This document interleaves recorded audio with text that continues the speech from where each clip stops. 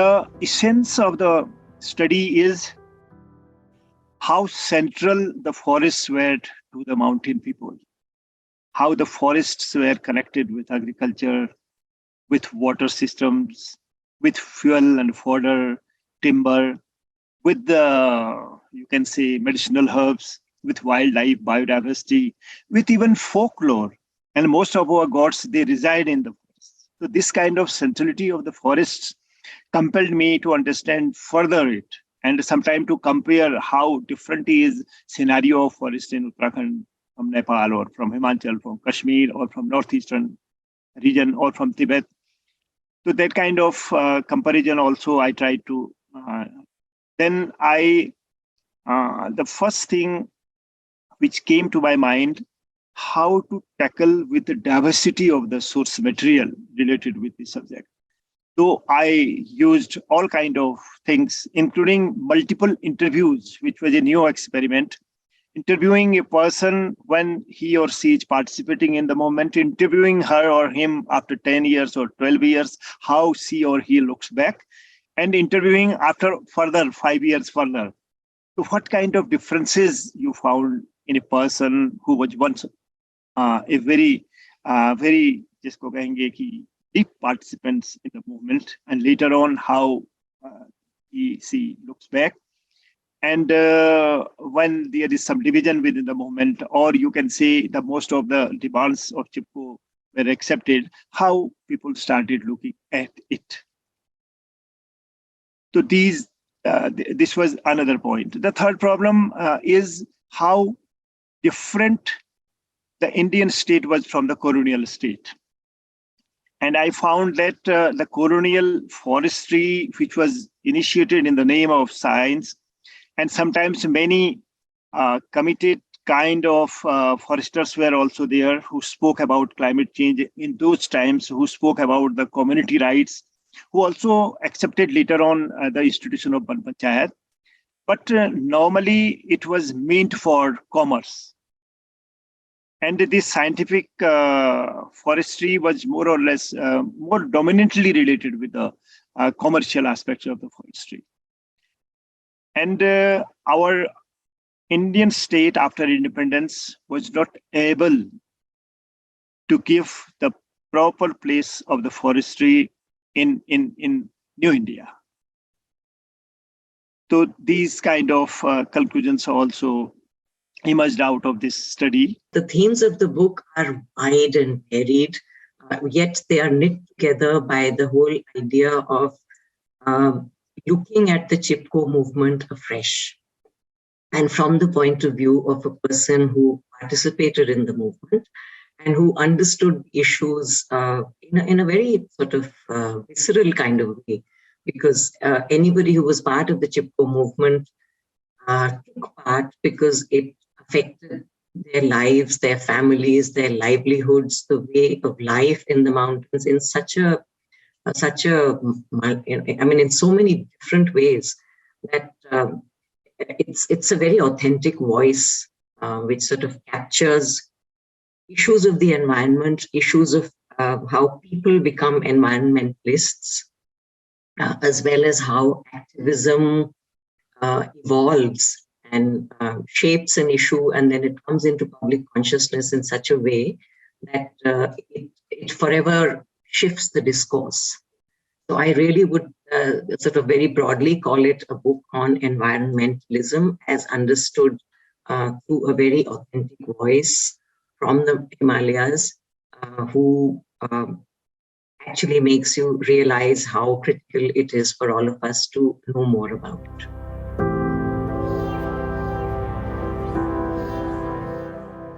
Long back, 50 years back, when I was a student of MA history, so that time I met two of the major freedom fighters of India, and they were also from Uttarakhand, from Kumaon.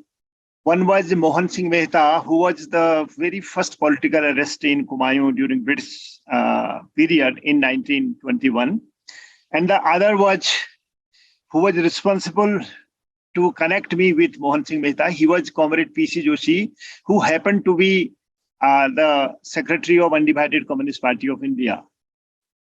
So they actually advised me that after MA, if you are deciding to do research, to do research on Kuli Begar system, that is the forced and unpaid labor system in Uttarakhand, Himalaya, that is British Kumaon. So I started that work, and that was completed around after 6-7 years after my passing MA. As the participant of Chipko movement, I tried to understand and tried to link it with the earlier movements. You may know that Ram Guha had already a book published in 1989 known as Unquiet Woods. That also gave me so many aspects of the forest, which was not my subject at that time. But because Begar and forest were twin, these were very closely connected issues. And these two moments compelled me to go further deep into the historical material, the contemporary people who participated in this. And later on, after independence, I started looking at Chipko movement.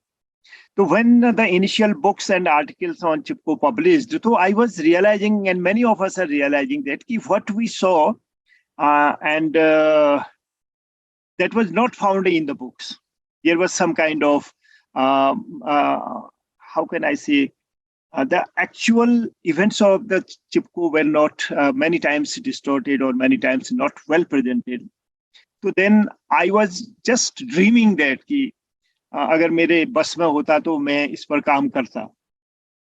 And later on, Ram Guha, when he published his book, he introduced in the introduction, he had a line that the definitive history of Chipko movement is currently being written by Shekhar Pathak. So this was very difficult for me because I was not in that, I couldn't reach that point where I should say that I will write. I was just dreaming that one should, some should, or I should write and present the true picture of Chipko movement. That's the story, how I involved with it. But being an activist of Chipko, it took long years to withdraw as an activist from the movement. I wanted only, I must be there as a historian, as a student of history. So this withdrawal took 2 decades, and finally the book came. Me coming across the book and deciding to do it was serendipitous on so many levels because I grew up in the mountains. I was fortunate to have grown up in parts of Kumaon, Garhwal and Himachal all the years that I was growing up because my dad was in the Indian Police Service, and he was on deputation to something called the Director General of Security, which basically looks at counterinsurgency in the entire mountain belt from Ladakh to Arunachal. So I kind of grew up in Kumaon. I started my education in Nainital, then I was in Ranikhet, he was in Waldom, and so on. So for me, it was like talking about home. Because the mountains were home to me, and to have such a seminal work come my way and to be able to contribute in taking it to a wider audience, it just was a no-brainer because I said, I'm not going to be daunted by the size of the work. I'm not going to be daunted by the complexity of how he has approached it. And initially I was daunted. I was determined not to be stopped by that because there are so many footnotes in the book. There are so many references. It's a heavy sort of proper scholarly tome, but written in a very accessible way in parts. But it really starts from Adam and Eve. It starts from like the very beginning of how he looks at the mountains, the origins of Himalayas and so on. I mean, there are so many prisms through which he views this whole thing and presents it to you it was challenging, but in a good way. So once I got started and I sort of figured out that I'm not going to be daunted by the footnotes and so on, and I got help to sort of do that, because otherwise when you approach a page and half the page is footnotes and you've just about gotten into the text and then you say, oh my God, now I have to stop and I have to do the footnotes, or I do the footnotes later, how am I going to do this? So once I worked out all these simple logistic things, and I just sort of put my nose to the grindstone and I decided that I'm going to do X number of pages every single day. And that's how I started. And then because it was really long, I got through the first draft after a certain number of months. And then I went back to it. and then I went back to it, and then I went back to it. It's like for any such thing, you have to give yourself, you have to pace it in such a way that you give yourself time before you go back to it, because otherwise the text becomes so familiar to you that you're unable to see your own faux pas and your own sort of, all the sort of hitches in vocabulary or the roughness in the constructions and so on. I was really lucky, because I had sort of grown up in Kumaon. So so many of the words were like echoes from my past, and it was not at all hard for me to relate to so many of the locales, so many of the names, the kind of flavor of village life that he's able to capture, and so on. So all that was really not an issue. But this was my first non-fiction work in translation. And this business of engaging with the text and then taking a break and completely moving away from it and then looking at it afresh after a certain period of time, that is what I learned in my attempts at translation of fiction. The Shekhar Das book was purely non-fiction, yet there were parts of it where he has a very storyteller-like feel when he's describing particular incidents in the Chipko movement, say what happened in Rainy or what happened in some particular village where, he sort of gets into the characters and he'll sort of describe the whole thing to you. Wahan pe aise aalu ke khet the aur wo havaldar aisa tha aur wo thekedar aisa tha, and then the women were looking like this, and there was an old woman with a mudhasa on her head or whatever, So he like totally create characters for you. So those parts are almost like fiction, because he's creating these word pictures to get you a sense of what was the movement like, what was the agitation, what was the resistance, what form did it take. So then that's not a dry reporting.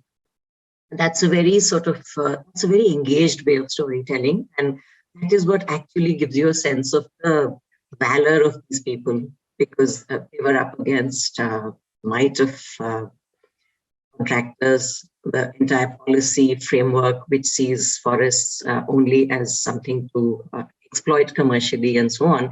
And here were these villagers who were simply saying that, mitti, pani aur bayar, ye hai jeevan ke aadhar.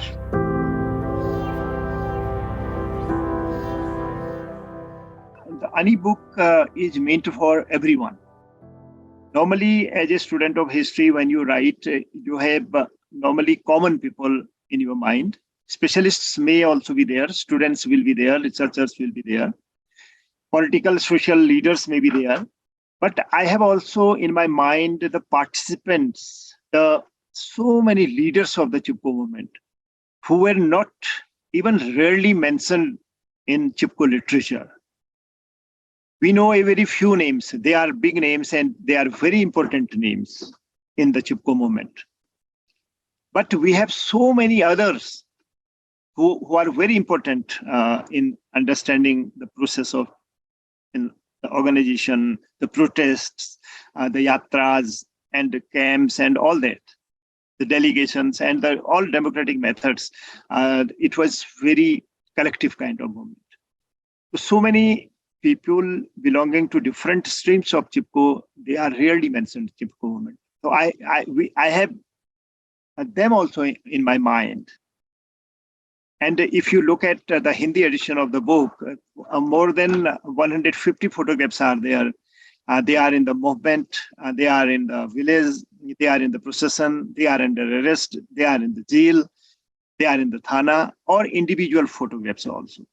So all these people who first time saw their photographs in a book, so before realizing that their photograph is there, they were just smiling to see themselves in a book.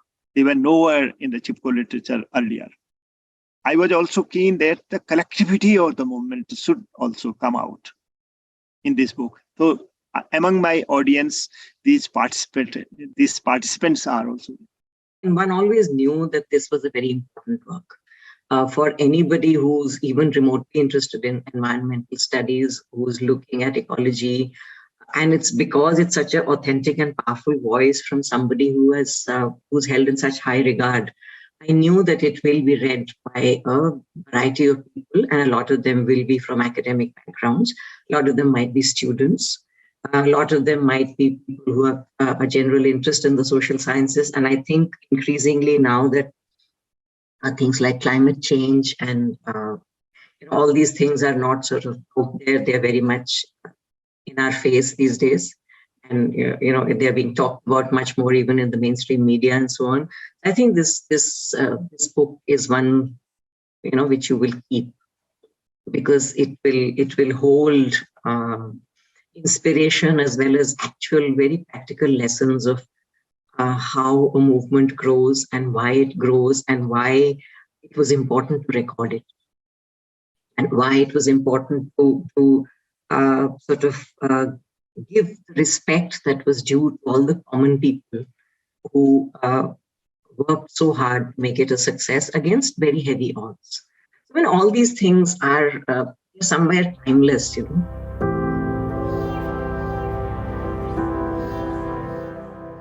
Non fiction में मुझे ये लगता है कि जैसे non fiction में history की किताबें बहुत लिखी जा रही हैं इधर हाल में, रीजनल हिस्ट्री में भी अच्छे काम शुरू हुए हैं। जैसे अभी हिंदी में रमाशंकर सिंह की एक बहुत अच्छी किताब आदि है, नदी पुत्र करके आई है, जो नदियों से जुड़े हुए जो समाज हैं उन पर एक छोटा सा बहुत अच्छा अध्ययन है। अंग्रेजी में तो अच्छी आई है, जैसे ब्रह्मपुत्र पर हमारे सेकिया जी की बहुत अच्छी किताब आई है। गोदावरी पर एक हमारी जेएनयू की स्कॉलर थी, उनकी बहुत अच्छी किताब आई है। ऐसी आई हैं। भाषाओं में, भारतीय भाषाओं में कम आई। जैसे अंग्रेजी में भी हम देखते हैं कि साइंस में उतनी किताबें हमारे यहाँ नहीं आई हैं जितनी आनी चाहिए थी, लेकिन हिस्ट्री में बहुत सारी किताबें आई हैं। अब उनमें से कितनी क्रिटिकल हिस्ट्री है और कितनी प्रिजुडिस्ड हिस्ट्री है, ये विशेषज्ञों को देखना होगा। हिंदी में इधर के सालों में कुछ क्रम तो बढ़ा है, लेकिन उसका स्तर कितना बड़ा है कितना नहीं बड़ा है ये देखने की बात है, क्योंकि एक तो ये हो गया कि हिंदी में जर्नल्स नहीं है। दूसरी बात ये हो गई है कि जो एक ट्रेनिंग जिस तरीके से हिस्टोरियन को दी जानी चाहिए, उस तरीके की ट्रेनिंगें धीरे धीरे धूमिल हो रही हैं।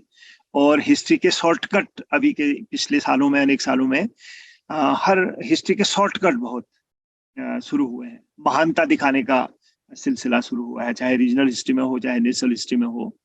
एक क्रिटिकल, जैसे एक उस समाज का हिस्सा होने के बावजूद उससे विड्रॉ करके उसको क्रिटिकली देखने की जो दृष्टि एक इतिहासकार की होती है, जो हिस्टोरियंस क्राफ्ट जिसको कहा जाता है, उसका एक भरपूर उसकी जो प्रेजेंस है वो नहीं दिखाई देती है। लेकिन फिर भी इधर के सालों में अनेक लोगों ने हिंदी में अच्छा, जैसे CSDS की टीम है, जैसे हमारे अभय कुमार दुबे हैं, उन्होंने हिंदी में बहुत बेहतरीन चीजें लिखी हैं। भाषा के उस स्तर पर भी और संदर्भों के स्तर पर भी हिंदी में वैसा बहुत कम होता था। अभी जीबी पंत इंस्टीट्यूट का जर्नल निकल रहा है, उसमें हिंदी में कुछ चीजें इस तरीके की कोशिश की जा रही हैं। बहुत पहले ICHR की एक जर्नल होती थी इतिहास नाम से हिंदी में, लेकिन उसमें ओरिजिनल हिंदी में लिखने का सिलसिला नहीं था।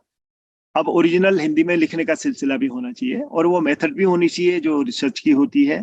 और अगर आप कोई नई मेथड इन्वेंट कर रहे हैं उसकी भी शुरुआत होनी चाहिए, लेकिन अभी ये प्रयोग बहुत ज्यादा दिख नहीं रहे हैं। I think this is it's an area which is waiting to be tapped. It's just that publishers have not done the hard work of actually going out and ferreting out things that need to be read, because it's the diffuse nature of how our Indian languages and their work exists. The repositories are few, information is hard to come by, it's anecdotal. There's no single database where you can sort of find out what were the seminal works in any language, say even from pre-independence times until now. I mean, some universities such as Ashoka and all are beginning to engage with this idea and are moving forward in this direction. But when information is hard to come by, it's very easy for publishers to just sort of, pick the low-hanging fruit and just do the current novel or the current sort of hot book or something, but not actually look at the entire canon of literature that exists in every language. And I think I would go a step further and say that languages which have a rich oral tradition. Technology today gives us access to tap into those things, but somehow it's not been done enough at all. And I think that the movement of non-fiction from Indian languages into English is actually going to broaden the whole base of scholarship and sort of widen the whole idea that you can look at scholarship only within Western paradigms.